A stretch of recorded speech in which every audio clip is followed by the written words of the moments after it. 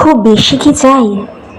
যখন বলি আমার জানালায় এক ফোঁটা রোদ এসে পড়ুক তোমার হাসির মতো, খুব বেশি কি চাই?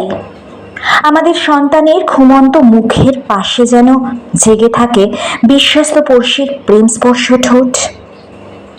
খুব বেশি কি চাই? দুবেলা ভাত, একটু ডাল, খানিকটা সবজি, প্রতিদিন রাস্তার শিশুটার পাতে।